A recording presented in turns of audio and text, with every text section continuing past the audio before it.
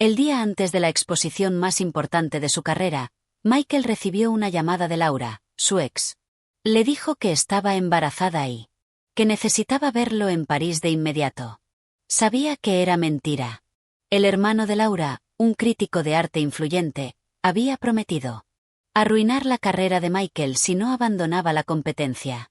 Se lo conté a su mentor, el único que podía detenerlo. Michael no subió a ese avión.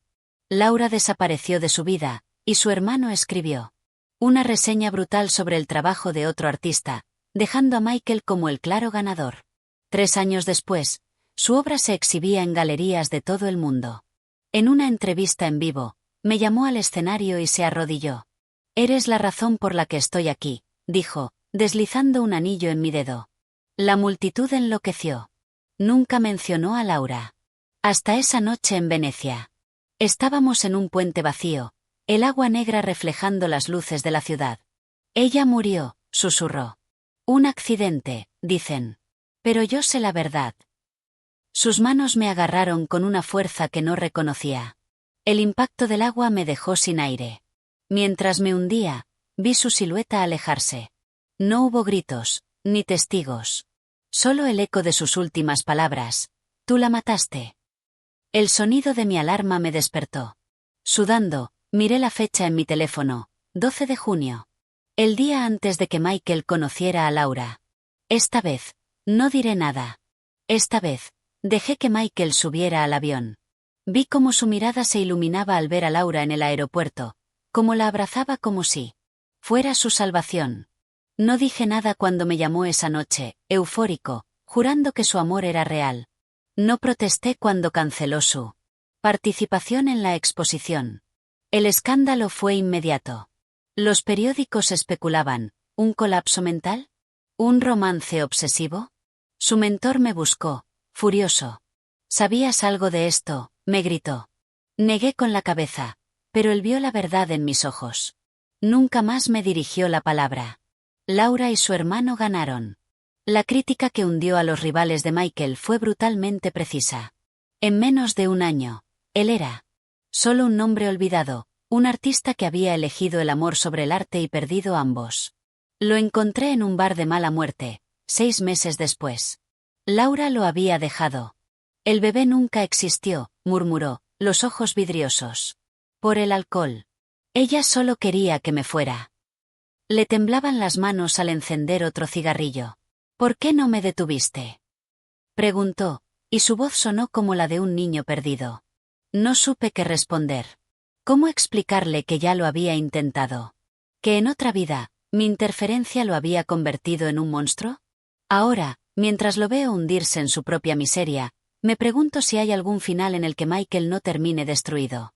O si acaso, él siempre estuvo destinado a caer. El sonido de cristal rompiéndose me saca de mis pensamientos. Michael ha lanzado su vaso contra la pared. «Todo es una mierda», grita. La gente mira, algunos se ríen. Él no los nota. Sus ojos están clavados en mí, llenos de un odio familiar. «Tú lo sabías», dice, y algo en su tono me hace retroceder. «Tú lo sabías, y me dejaste caer». Esta vez, no fue él quien me empujó. Fui yo quien saltó al río voluntariamente. Las aguas están más frías de lo que recordaba. El agua me arrastró bajo la superficie, pero esta vez no luché. Dejé que la corriente me llevara, mientras los ecos de la voz de Michael se mezclaban con el sonido del río. «Tú lo sabías. Tú lo sabías». Desperté tosiendo, empapada, en la orilla del canal.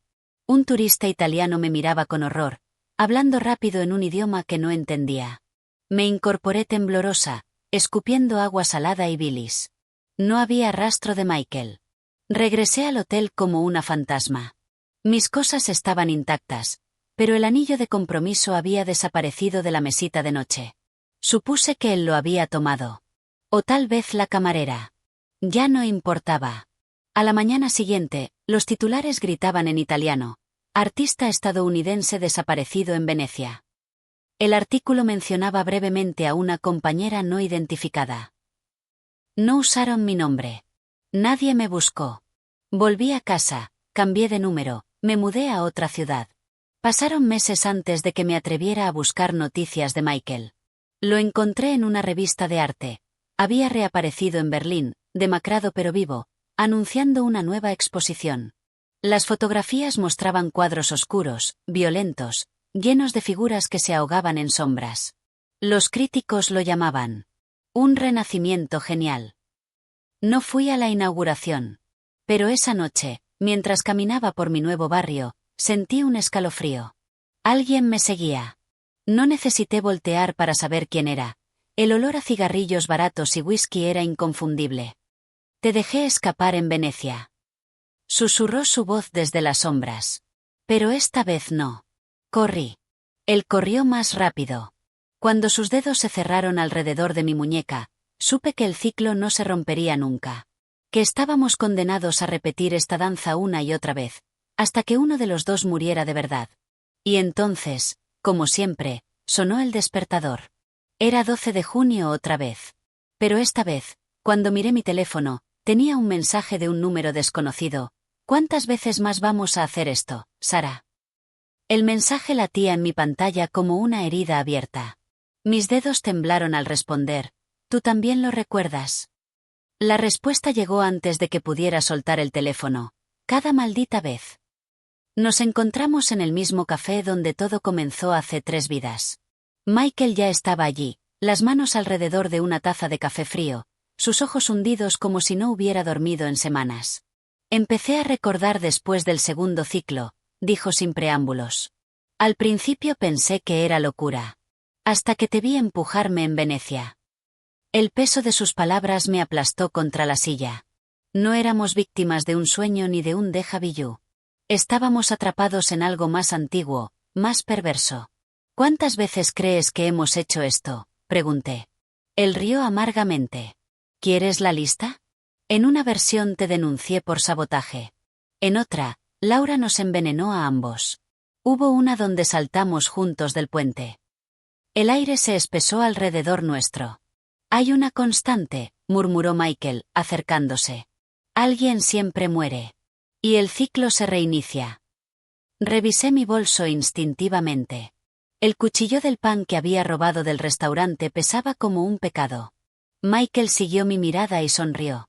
Ya lo intentaste. Funciona. Por un tiempo. Fuera, empezó a llover. Gotas gruesas golpearon los vidrios como dedos ansiosos. ¿Y si rompemos las reglas?, dije, mirando fijamente sus manos alrededor de la taza. Si esta vez nadie muere. Michael inclinó la cabeza, y por primera vez vi algo parecido a la esperanza en sus ojos. Entonces tal vez descubramos por qué estamos aquí, respondió. Pero cuando extendió su mano hacia la mía, vi la cicatriz en su muñeca, la misma que le había hecho en el cuarto ciclo, cuando intenté cortarle la garganta. La lluvia se convirtió en tormenta. El café quedó vacío. Y en algún lugar entre el primer relámpago y el último sorbo de café frío, supimos que esta vez tampoco sería diferente. Porque algunos bucles no están hechos para romperse. Están hechos para repetirse hasta que aprendas la lección. Y nosotros, al parecer, éramos alumnos muy lentos. El trueno retumbó justo cuando Michael apretó mi mano con una fuerza desesperada. Hay una variable que nunca hemos probado, susurró, sus ojos brillando con una lucidez que daba miedo. El cuadro. Mi aliento se cortó. El cuadro. Su obra maestra inacabada, la que abandonó cada vez que Laura aparecía en su vida. La que siempre quedaba oculta en su estudio, bajo una sábana manchada de óleo. ¿Crees que eso es la clave?, pregunté, sintiendo como un hilo de esperanza se enredaba en mi pecho. Él asintió, levantándose tan bruscamente que la silla chirrió contra el piso. Ven. Corrimos bajo la lluvia torrencial hasta su estudio, ese lugar sagrado donde solo yo había entrado en todas nuestras vidas repetidas. Cuando arrancó la sábana, el cuadro me golpeó como siempre. Un abismo de colores violentos, una figura femenina ahogándose en pinceladas frenéticas. Pero esta vez vi lo que nunca antes había notado. En la esquina inferior derecha, casi escondido, había un pequeño reloj de arena pintado con meticuloso detalle. No lo pinté yo, dijo Michael, sus dedos temblando al acercarse a la imagen. Apareció después del tercer ciclo. Y cada vez que revivimos, gana un grano más de arena. Me acerqué, hipnotizada. Era verdad. En el reloj miniatura, solo quedaban unos pocos granos en la cámara superior. ¿Qué pasa cuando se acaba?, pregunté, aunque en el fondo ya conocía la respuesta. Michael giró hacia mí, y por primera vez en todas nuestras vidas compartidas, vi lágrimas auténticas en sus ojos. Probablemente dejaremos de despertar. El silencio que siguió fue más elocuente que cualquier discurso. Afuera, la tormenta rugía como un animal herido. Adentro, solo el tic-tac imaginario de esos granos de arena inexorables. Entonces esta vez lo terminamos, dije, extendiendo la mano hacia su paleta de pinturas. Juntos. Michael me miró como si me viera por primera vez, no como la villana de su historia, no como su salvación, sino simplemente como Sara. Y cuando sus dedos embadurnados de pintura se entrelazaron con los míos, supe que finalmente habíamos encontrado la variable que cambiaría todo. O moriríamos intentándolo. La pintura se resistió al cambio. Cada pincelada que intentábamos aplicar se corría, como si la tela repelerá nuestros esfuerzos. Michael maldijo entre dientes al ver cómo el óleo goteaba como sangre espesa por el lienzo. No quiere ser modificada, murmuró, y en ese momento entendí que el cuadro era algo más que un objeto. La figura femenina en la pintura, que siempre había asumido era Laura, giró lentamente la cabeza hacia nosotros. Los ojos que nunca antes habían tenido pupilas, ahora me miraban fijamente. Sentí un grito atascarse en mi garganta cuando su mano pintada emergió del lienzo, agarrando mi muñeca con una fuerza sobrenatural. Michael reaccionó antes que yo. Con un gruñido, hundió el cuchillo de paleta en el centro del cuadro. Un sonido desgarrador llenó el estudio, como 100 lienzos rasgándose a la vez. La figura gritó con una voz que no era humana, retorciéndose en su prisión de pintura seca. El estudio comenzó a temblar. Los frascos de trementina cayeron de los estantes, estrellándose contra el piso en explosiones de vidrio y olor acre. «Termínalo», grité, agarrando otro cuchillo y atacando el lienzo con furia ciega. Juntos lo destrozamos, cortando a través de capas de pintura que sangraban un líquido negro y espeso. Cuando el último jirón de lienzo cayó al suelo, todo se detuvo. El silencio fue absoluto. Michael y yo jadeábamos, cubiertos de sudor y pintura, mirando los restos del cuadro que se retorcían como algo vivo. Luego, lentamente, comenzaron a desintegrarse en polvo fino.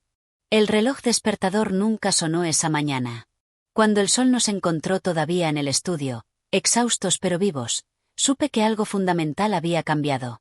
Michael me miró, y en sus ojos no había rastro del odio que había vivido allí en ciclos pasados. Solo un cansancio profundo, y algo que podría convertirse en paz.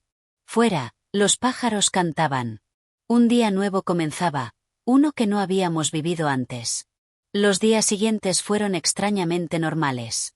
Sin llamadas de Laura, sin mensajes amenazantes, sin pesadillas que nos despertaran gritando. El estudio de Michael olía a trementina y café fresco en lugar del rancio olor a desesperación de antes. Pero la tensión no nos abandonaba, vivíamos esperando que el ciclo se reanudara, que el suelo se abriera bajo nuestros pies otra vez. Una semana después, encontré a Michael frente a un nuevo lienzo en blanco. Sus manos no temblaban. «No sé qué pintar», confesó, y la simple honestidad de esas palabras nos hizo reír como locos. Después de todo lo vivido, ese era nuestro mayor problema ahora. Fui yo quien tomó el pincel primero. Tracé una línea curva, sin pensar, dejando que mi mano se moviera por memoria muscular. Michael observó en silencio, luego añadió su propio trazo. Así continuamos durante horas, turnándonos, sin hablar, hasta que el lienzo dejó de estar vacío. Lo que emergió no era una obra maestra, solo formas entrelazadas, colores mezclados, nuestras heridas y esperanzas puestas al descubierto. Cuando Laura apareció en la puerta del estudio, ninguno nos sorprendimos. Llevaba un vestido amarillo que no le favorecía y una sonrisa que no llegaba a sus ojos. «Michael, necesitamos hablar», dijo, ignorándome por completo. Pero esta vez, él no se levantó para seguirla. Se quedó sentado, sus dedos manchados de pintura entrelazados con los míos. «No hoy, Laura», respondió, y su voz no tembló. «Quizás nunca». Ella se fue con los puños apretados, y supimos que su hermano escribiría alguna crítica venenosa. Pero también sabíamos algo más importante. Los ciclos se rompen cuando dejas de repetir los mismos errores. Cuando eliges diferente. Cuando te atreves a pintar sobre el dolor en lugar de dejar que te ahogue. El reloj de arena seguía allí, en un rincón del estudio, pero ahora descansaba sobre su lado, los granos atrapados en un equilibrio perfecto. Michael lo tomó y lo guardó en su bolsillo. Por si acaso, dijo con una media sonrisa. Pero ninguno creíamos realmente que lo necesitaríamos otra vez. El olor a pintura fresca aún flotaba en el estudio cuando el primer artículo de prensa apareció. El genio caído, que mató el talento de Michael Graves. El hermano de Laura había cumplido su amenaza. Pero esta vez, Michael solo rió al leerlo, arrugó el periódico y lo usó para encender la chimenea. Los meses pasaron con una calma que antes hubiera parecido imposible. La galería que antes exhibía sus obras lo dejó ir, los coleccionistas buscaron nuevos talentos. Nos mudamos a una casa más pequeña, donde Michael daba clases de pintura a niños del barrio. Las paredes se llenaron de sus nuevos trabajos, lienzos imperfectos, llenos de vida, sin rastro de la oscuridad que antes los habitaba. Una tarde de invierno, mientras limpiaba el estudio, encontré el reloj de arena escondido en un cajón. Al tomarlo, sentí un escalofrío. Los granos habían comenzado a caer de nuevo, aunque no había nadie para voltearlo. Corrí hacia Michael, que pintaba en el jardín bajo la luz tenue del atardecer. «Está pasando otra vez», le dije, mostrándole el reloj. Sus ojos se ensancharon por un instante, pero luego me tomó de los hombros. «No importa», murmuró. «Esta vez sabemos cómo romperlo». Regresamos al estudio juntos. En lugar de miedo, sentí una extraña tranquilidad. Michael tomó un lienzo en blanco y lo colocó en el caballete. «Pintemos nuestra propia salida», dijo, y su sonrisa era tan cálida como la luz que entraba por la ventana. Esta vez, cuando el ciclo comenzara de nuevo, estaríamos listos. No para escapar, sino para quedarnos. Los pinceles danzaban sobre el lienzo con una urgencia nueva. Esta vez no pintábamos para vender, ni para impresionar, ni siquiera para sanar. Pintábamos para existir. Cada trazo era un desafío al destino que nos había condenado a repetir el mismo dolor una y otra vez. El reloj de arena en la mesa vibraba, sus granos cayendo cada vez más rápido. Noté con terror que nuestra nueva pintura comenzaba a parecerse a la antigua, las mismas espirales oscuras, la misma figura femenina ahogándose. «Está replicándose», gritó Michael, sus manos embadurnadas de rojo como aquella noche en Venecia. Pero entonces hice algo que nunca habíamos intentado. Tomé el frasco de trementina y lo arrojé sobre el reloj de arena. El vidrio se quebró. Los granos se esparcieron sobre la mesa como arena de playa. Un estruendo sacudió el estudio, pero seguí pintando sobre el desastre, mezclando los granos con el óleo, convirtiendo el instrumento de nuestra maldición en parte de la obra. Michael comprendió al instante. Arrancó un puñado de sus propias páginas de bocetos, todas esas versiones de Laura, de mí, del mismo sufriendo, y las incorporó al lienzo. La pintura burbujeó, se retorció, y luego, se calmó. Lo que emergió no era bello, pero era honesto. Un caos ordenado de todos nuestros errores, nuestros miedos, nuestras segundas oportunidades. El estudio quedó en silencio. El reloj de arena había dejado de existir como tal, sus restos ahora parte permanente de nuestra creación. Fuera, escuchamos a los niños riendo, sus alumnos, que llegaban para su clase de los martes. La vida continuaba, simple, mundana, preciosa. Michael me tomó de la mano, sus dedos aún pegajosos de pintura. «¿Crees que esta vez se quedará así?», preguntó. Miré nuestro cuadro, luego a él, y supe la respuesta. «No importa. Ahora sabemos que siempre hay otra capa que pintar». El ciclo no se había roto. Habíamos aprendido a vivir dentro de él. Los años pasaron como pinceladas suaves sobre un lienzo ya trabajado. Nuestra obra Reloj de arena se exhibió en una pequeña galería del barrio, sin pretensiones, entre acuarelas de estudiantes y fotografías locales. La gente pasaba de largo, excepto un viejo que se detuvo frente a ella durante casi una hora. «Hay algo familiar», murmuró antes de marcharse.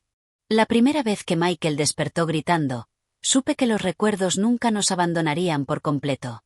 Lo encontré en el estudio a las 3 de la madrugada, pintando frenéticamente el mismo rostro una y otra vez. No era Laura. Era yo. Todas las versiones de mí que había conocido a través de los ciclos. Las que lo habían traicionado, las que lo habían salvado, las que habían muerto. No puedo olvidar, admitió con la voz rota. Pero ya no quiero. Tomé el pincel de sus manos y añadí mi propio rostro al mural. Esta versión, la actual, la que eligió quedarse. La mañana que Laura apareció en nuestro porche, llevaba un niño de la mano. «Es tuyo», dijo a Michael, pero sus ojos buscaban los míos, desafiante. El reloj de arena en nuestra pintura goteó un grano negro cuando la puerta se cerró. Michael no dudó ni un segundo.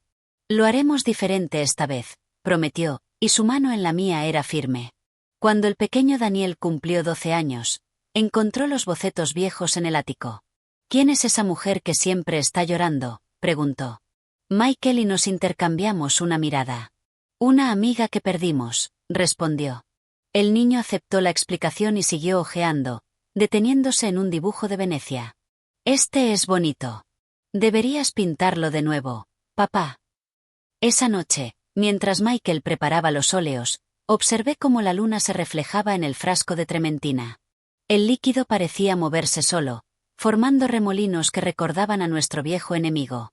Tomé el frasco y lo vacié en el fregadero. Al día siguiente, compré acrílicos. Nuevos colores para nuevos comienzos. El ciclo continuaba, pero ya no éramos prisioneros. Éramos artistas. Y cada día era un lienzo en blanco. El día que Daniel encontró el viejo reloj de arena en el desván, supe que la historia no había terminado. Lo sostuvo con curiosidad infantil, haciendo girar el cristal entre sus dedos pequeños. «¿Por qué la arena no cae?», preguntó. Al acercarme, el corazón me golpeó el pecho. Los granos estaban completamente inmóviles, atrapados en un equilibrio perfecto entre pasado y futuro. Michael palideció al verlo. «Guárdalo», le dijo a nuestro hijo con una voz que intentaba ser calmada. «Es un proyecto especial». Pero cuando el niño salió corriendo, sus manos temblaron como en los peores tiempos. «No puede empezar otra vez. No con él». Esa noche, mientras Daniel dormía, desenterramos la caja de zinc donde habíamos escondido los restos del cuadro maldito. La pintura seguía allí, seca pero vibrante, como si los pigmentos contuvieran una energía latente. «Hay que quemarlo», insistió Michael, pero cuando acercó el encendedor, el rostro de Laura emergió de la superficie, sus ojos pintados brillando con lágrimas frescas. Un grito ahogado nos hizo girar. Daniel estaba en la puerta, su figura iluminada por la luna. «¿Quién es esa señora?», preguntó, señalando no al cuadro, sino al espacio vacío junto a nosotros. El aire se enfrió bruscamente. Michael me apretó la mano con fuerza, pero esta vez no fue por miedo, sino por determinación. «Ven», le dijo a nuestro hijo, arrodillándose a su altura. «Hay una historia que necesitas escuchar. Sobre segundas oportunidades, y sobre cómo a veces el amor no es suficiente para salvar a alguien. Pero la verdad sí puede salvarnos a todos». Mientras hablaba, observé cómo los granos del reloj de arena comenzaban a moverse otra vez, pero esta vez hacia arriba. Daniel escuchaba con los ojos muy abiertos, su inocencia protegiéndolo de los horrores que nosotros recordábamos. Y en ese momento entendí, esta no era una repetición, sino una redención. El ciclo no se rompía, se transformaba. Al amanecer, el cuadro había desaparecido. Solo quedaba un lienzo en blanco sobre el caballete de Michael, esperando la siguiente capa de la historia. Nuestro hijo dormía profundamente, el reloj de arena ahora bajo su almohada como un amuleto involuntario. Y afuera, los primeros pájaros comenzaban a cantar, anunciando un día que nunca antes habíamos vivido. La mañana siguiente, Daniel amaneció con fiebre. Sus sueños habían estado llenos de imágenes confusas, puentes venecianos, paletas de pintor, una mujer que lloraba sangre en lugar de lágrimas. Michael y yo intercambiamos una mirada de complicidad sombría al escuchar su relato. La maldición no se había roto, solo había encontrado nuevo portador. Mientras preparaba té de manzanilla para el niño, escuché a Michael en el estudio, rompiendo madera a golpes furiosos. Cuando entré, encontré el caballete hecho astillas y sus manos ensangrentadas. «No con él», repetía como un mantre, sus ojos vidriosos. El lienzo en blanco yacía intacto en el suelo, burlándose de nuestro desespero. Fue Daniel quien nos sorprendió. A pesar de la fiebre, se arrastró hasta el estudio y puso su pequeña mano sobre el lienzo virgen. «No tengas miedo, papá», murmuró. La señora del sueño me dijo un secreto. El aire en la habitación espesó. Dijo que solo quería ser recordada, pero ustedes la olvidaron a propósito. Un escalofrío me recorrió. En todos los ciclos, nunca habíamos considerado que Laura pudiera estar atrapada igual que nosotros. Michael se derrumbó como un árbol caído, sus sollozos rompiendo el silencio. ¿Cómo pintamos a alguien que intentamos borrar?, preguntó, mirando sus manos manchadas, no de pintura ahora, sino de sangre y astillas. Daniel, con la sabiduría simple de los niños, señaló el único objeto que había sobrevivido a la destrucción de Michael, un viejo tarro de pinceles. Empiecen con lo que sí recuerdan. Y así lo hicimos. Esa noche, los tres nos sentamos alrededor del lienzo. Michael pintó la curva de la sonrisa de Laura que tanto había amado. Yo añadí el brillo de sus ojos cuando mentía. Daniel, con su mano temblorosa, dibujó algo que nos dejó sin aliento. Un pequeño reloj de arena colgando de su cuello, idéntico al que ahora reposaba bajo su almohada. Cuando el último trazo se secó, el lienzo se iluminó con una luz dorada. Por un instante, vimos a Laura sonreírnos antes de desvanecerse en una nube de motas doradas. El reloj de arena bajo la almohada de Daniel se hizo polvo, pero esta vez no hubo miedo, solo paz. A la mañana siguiente, la fiebre había roto. Daniel despertó riendo, hablando de sueños con ángeles pintores. Michael y yo sabíamos la verdad. Habíamos completado el ciclo por última vez. No rompiéndolo, sino cumpliendo su propósito real, sanar las heridas que nos mantenían atados. El estudio olía a trementina y a café recién hecho. Afuera, los pájaros cantaban. Y en el caballete reparado, un nuevo lienzo esperaba, esta vez, para una historia completamente nueva. El olor a pintura fresca se mezclaba con el aroma del desayuno cuando Daniel corrió hacia el estudio con una caja de crayones nuevos. Hagamos uno para ella hoy también, dijo con esa inocencia que solo un niño puede tener al hablar de fantasmas. Michael lo miró por un largo momento antes de asentir, pasando una mano por el lienzo vacío como quien acaricia una tumba. Mientras ellos dibujaban, encontré el viejo frasco de trementina escondido detrás de los botes de pintura. El líquido dentro se había tornado dorado, brillando débilmente como si contuviera luz de estrellas. Lo dejé en el alféizar de la ventana donde la luz del sol lo bañó por completo, y juré haber visto burbujas formando una sonrisa fugaz. Las clases de arte de Michael se llenaron de niños del barrio. El estudio que antes olía a soledad y obsesión ahora resonaba con risas y el sonido de crayones rompiéndose. Daniel, convertido en su ayudante favorito, repartía pinceles con la solemnidad de un sacerdote repartiendo sacramentos.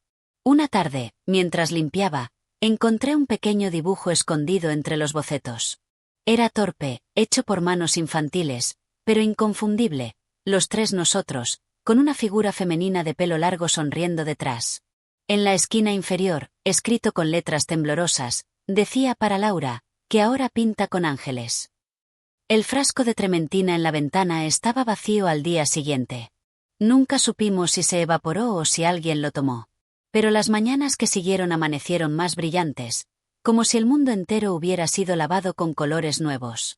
Michael ya no despertaba gritando. Yo dejé de revisar las fechas en el calendario. ¿Y Daniel? Daniel simplemente siguió siendo un niño, libre de ciclos y maldiciones.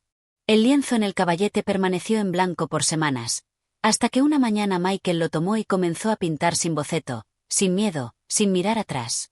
Lo que emergió no fue una obra maestra, ni una maldición, ni un fantasma. Era simplemente vida, imperfecta, gloriosa y completamente nuestra. Los años pasaron como pinceladas suaves sobre el lienzo del tiempo. El estudio se llenó de nuevas obras, no de angustia, sino de los colores vibrantes de la vida que habíamos elegido vivir. Daniel creció, heredando el talento de su padre pero sin el peso de sus demonios. Sus cuadros rebosaban de una luz que nosotros nunca habíamos podido capturar. El día que Daniel ganó su primer premio de arte, Michael lloró en silencio en la última fila del auditorio. Esa noche, mientras ordenaba el estudio, encontré un viejo boceto escondido tras un marco. Era el retrato de Laura que Michael había dibujado en aquel septiembre lejano, cuando todo comenzó. Pero algo había cambiado. Las líneas de sufrimiento se habían suavizado, y en sus ojos ahora había paz en lugar de dolor. ¿Crees que finalmente la perdonamos?, preguntó Michael al verme sostener el dibujo. Reflexioné un momento antes de responder. No. Creo que finalmente nos perdonamos a nosotros mismos. La galería que una vez rechazó a Michael ahora hacía cola para exhibir las obras de Daniel. Era justo, como un círculo que se cierra con elegancia. Cuando los periodistas preguntaban sobre sus influencias, Daniel siempre mencionaba a los pintores más talentosos que conozco señalándonos a nosotros.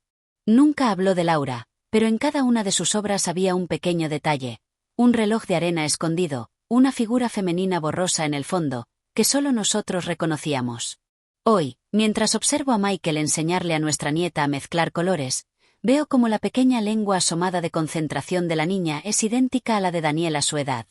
El estudio huele a óleo fresco y a las galletas que horneo los viernes. Fuera, el viento juega con los árboles que plantamos el día que nos mudamos aquí.